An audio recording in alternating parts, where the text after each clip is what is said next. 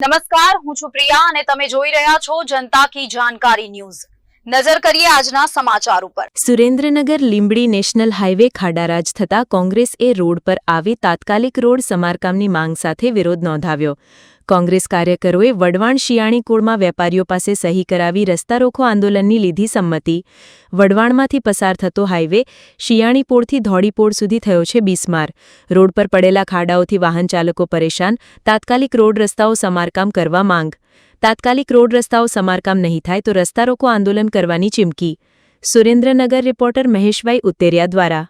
આજે અમે જ્યારે શિયાળીની પોળના વેપારી વર્ગને મળવા માટે નીકળ્યા ત્યારે એ લોકોની અનેક રજૂઆતોમાં એક રજૂઆત એવી હતી કે 1.5 વર્ષથી ગટરની કોઈ કામગીરી થઈ નથી અને બીજું કે રસ્તા સારા નથી તો વેપારી વર્ગ એવી માંગ છે કે અમારી થોડી ઘણી ચાની પ્યાલીઓ બહાર પડી રહ્યો થોડો કચરો બહાર ગયો તો તરત અમને લોકોને દંડ કરવામાં આવે છે। તો પછી આ રસ્તા એ લોકોના કરતા નથી તો એ લોકોને કેમ કોઈ જવાબ નથી દેતા। અને બીજી વસ્તુ કે આ જાહેરમાં કોઈ શૌચાલય છે પણ એ બંધ હાલતમાં છે તો આજે લેડીઝ હોય કે જેન્ટ્સ હોય આ શૌચાલયની લોકો માંગ કરે છે કે સાફ કરો નવું કરો પણ એની કોઈ જવાબદાર વ્યક્તિ કોઈ જવાબદારી લેતું નથી। તો મારી કમિશનરશ્રીને એક જ રજૂઆત છે કે વેપારી વર્ગનું સાંભળો તમે એ લોકોને ન્યાય આપો। એ લોકો હવે થાકી ગયા છે એટલે આજે એ લોકો બહાર નીકળ્યા છે। જો હવે એવી પરિસ્થિતિ ન આવે કે ધીમે ધીમે આ બધા વેપારી તમારી ઓફિસ સુધી આવે રોડ ઉપર આવે રસ્તા જામ કરશે ત્યારે જો તમારે આંખ ખોલવાની હોય તો પછી આપણે એ રસ્તો અપનાવીએ।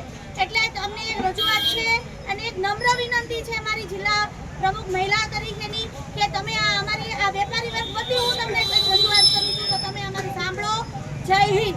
ખાસ કરીને વેપારીઓ પાસે તમે સહયોગ કરાવી અને આજે આ જે વેપારી વર્ગ છે એને અમારા સપોર્ટ માટે થઈને ઓછામાં ઓછા 50 થી 60 વેપારી આવા 3 પાના ભરેલા છે કે જે લોકોએ અમારા સપોર્ટમાં એટલે અમને કીધું કે બેન અમે હવે થાકી ગયા છીએ તો એમની રજૂઆત લઈને અમારે કલેક્ટર શ્રી કમિશનર શ્રી પાસે અને આરએમબી વિભાગના રસ્તા માટે થઈને અમે જવાના છીએ। જય હિન્દ। સુરેન્દ્રનગર શહેરને અત્યારે મહાનગરપાલિકામાં ભર્યા પછી એવું વઢવાણને એવું હતું કે ભાઈ સુવિધા મળશે પરંતુ સુવિધાના નામે એકદમ ઝીરો છે।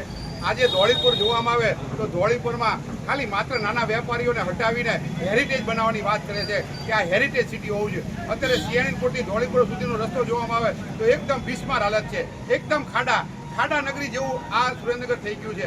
આજે સવારથી સાંજ 2 ટાઈમ અહીંથી ધારાસભ્ય શ્રી જગદીશભાઈ નીકળે છે અને તમામ ખાડામાંથી ઉછળતા રોજ જાય છતાં પણ અહીંયા આ રસ્તા માટે કોઈ કાર્યવાહી કરવામાં આવેલ નથી કે રસ્તો મંજૂર થઈ ગયો છે, રસ્તો આટલા કરોડનો મંજૂર થઈ ગયો પણ આવી તો લોભામણી લાલચ વઢવાણને ઘણા સમયથી આપતા આવે છે પણ વઢવાણની જનતા અને ધોળીપોળ શિયાળીપોળના વેપારી વર્ગના તમામ વ્યક્તિઓ ભેગા મળી અને આજે આહવાન કરે છે કે તમામ સાથે મળી અમે આવનારા દિવસોમાં જગદીશભાઈને શિયાળીપોળે રસ્તા વચ્ચે રોકશું અને એમની પાસે પણ જવાબ માંગીશું કે શા માટે આ અમે ખાડાવાળા રસ્તામાં ચાલવું જોઈએ। એટલે ચાલવા માટે થઈ અને સારો રસ્તોની અમારી તમામ વેપારી વર્ગની તથા કોંગ્રેસ પરિવારની પણ માંગ છે એટલે તાત્કાલિક ધોરણે સારા રસ્તા કરવા જોઈએ। હાલે અમે વેપારી વર્ગની મુલાકાતે નીકળ્યા ત્યારે પણ રજૂઆત તમામ વેપારીએ કરી કે અહીંયા ગટર છે એ છેલ્લા 1.5 વર્ષથી સફાઈ કરવામાં આવી નથી અને ગટરના પાણી રોડ ઉપર ગંદા પાણી જાય છે તો તાત્કાલિક મહાનગરપાલિકાના કમિશનરે પણ અમે આ વેપારી વર્ગની રજૂઆત માટે ધ્યાન દોરીએ છીએ કે તાત્કાલિક ધોરણે આ ગટર પણ સાફ કરવામાં આવે અને તાત્કાલિક રસ્તા કરવામાં આવે।